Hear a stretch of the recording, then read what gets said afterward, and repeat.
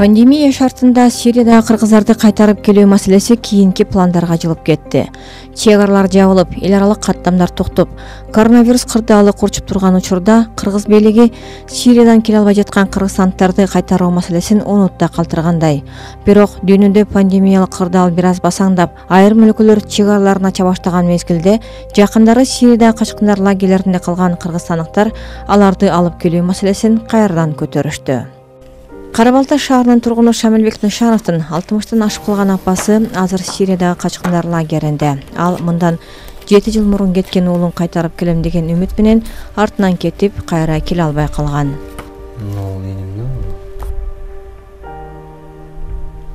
Ушул инем кичи кезинен эле жакшы окуучу, ушу момундай мактоо барактарын алып 4-классынан баштап эле 6-класста алгандар бар экен.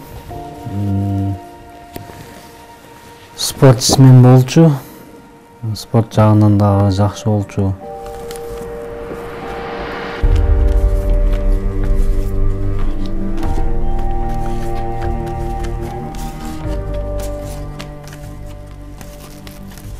Төрт бир тууганбыз. Төрт бир тууганын эң кичүүсү ушул жерде чоңойгон иним Сейиткул Эдилбек деген. Ушул 2013 жылы адашып же чындап кетип калган экен. Анын артынан апам алып келем деп кеткен. Ошол бойдон апам да келе албай жатат. Ушул үйдө чоңойгон иним. Азыр ушул иним болгондо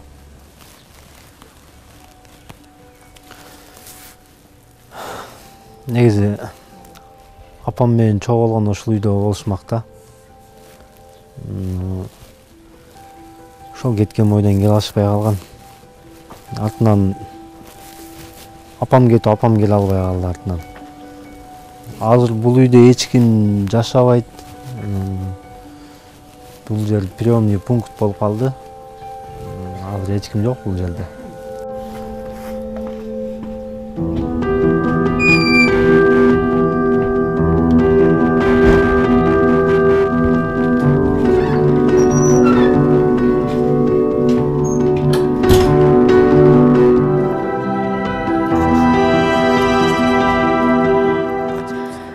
Август күнү Бишкекте жакындары Сириядагы качкындар лагеринде калган 10 чакты жаран президент Сооронбай Жээнбековго кайрылып, аларды мекенине кайтарууга жардам сурады. Бир нече жылдан бери бийликке кайрылып жаткан кыргызстандыктар Сириядагы согуш иштерине катышкан эркектерди эмес, террордук топтун азгырыгына алданган аялдарды жана алардын балдарын алып келүүнү өтүнүшүүдө. Карабалта шаарынын дагы бир тургуну Рамаз Сариевдин 2 кызы 2014-жылы Сирияга кетип калган. Мындай кыскача айтканда 6 жыл болду. 4 жылы берки дегенин колунда турган сирийсктердин, боевиктердин колунда турган. 2 жылдан бери лагерде, беженцев лагерь Сирия менен Турциянын границасында турушат. 2 жыл болду. Чөлдө, палаткада 60 градус күн ысык. Мынакей күз келет, күн суук башталат. Кыш келет, андан суук, жаз келет, эрийт, суунун ичинде болушат. Суунун ичинде жашагандай болуп калышат да. Жай келет ысык. Ошо биздин суранычыбыз эмне дейбиз? Баягы эле суранып келет атабыз, мага окшогон көп ата-эне Кыргызстан боюнча жета бир 100төй ашык. А жерде энелер менен, жанагы биздин кыздар менен энелер деп коеюн, 2-3төн балдары.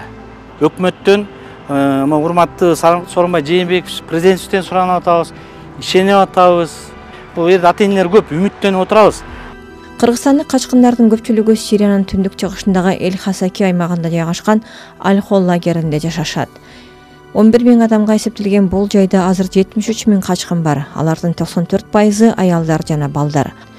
Маалыматтарга караганда Сириянын Түркия менен чектеш аймагындагы лагерде ушул тапта 100дөн ашуун кыргызстандык келин кармалып турат. Ар биринин эң аз дегенде 2ден баласы бар. Балдардын көпчүлүгү ошол жактан төрөлгөн.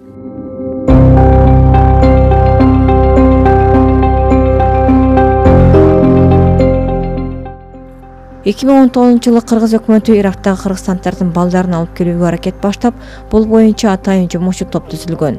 Тышкы иштер министрлиги Багдадтан 70 кыргызстандык бала алып келинерин кабарлап, бирок жакынкы чыгыштагы кырдаалдан кийинчерээк пандемиядан улам ал ишке ашпай калган. Бул маселе аябай олуттуу маселе. Жумушчу топ түзүлгөн.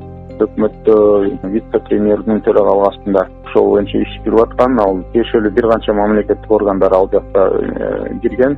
Бул ачык айтылбай тургандай маалымат да. Бул арада Орусия пандемия учурундагы тыныгуудан соң Сирияда калган жарандарын алып келди. 18 август күнү Сириядан Орусияга 26 бала жеткирилди. Буга чейин коңшулаш Тажикстан, Казакстан жана Өзбекстан Сириядагы экстремисттерге кошулуп кеткен жарандарын жана алардын балдарын алып келген. Казак бийлиги Жусан программасынын алкагында Сириядан 600дөн ашык казакстандыкты кайтарган. Алардын ичинде 400-ü балдар.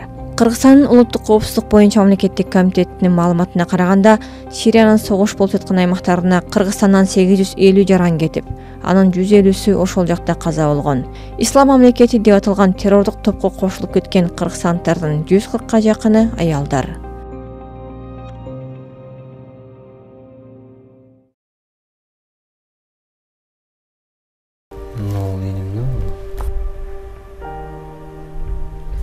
Ушул иним кичи кезинен эле жакшы окуучу, ушу момундай мактоо барактарын алып 4-классынан баштап эле 6-класста алгандар бар экен. Спортсмен болчу, спорт жагынан дагы жакшы болчу.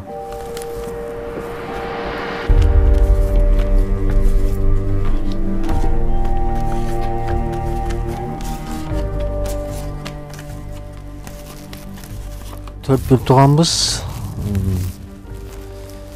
Төрт бир тууганын эң кичүүсү ушул жерде чоңойгон иним Сейиткул Эдилбек деген. Ушул 2013-жылы адашып же чындап кетип калган экен.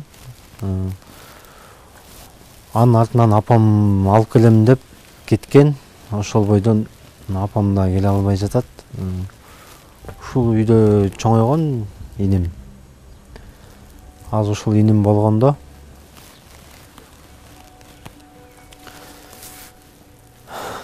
негизи апам менен чогуу болгондо ушул үйдө болушмак да. Ошол кеткен бойдон келе алышпай калган. Артынан апам кетип, апам келе албай калды артынан. Азыр бул үйдө эч ким жашабайт. Бул жер приемный пункт болуп калды. Азыр эч ким жок бул жерде.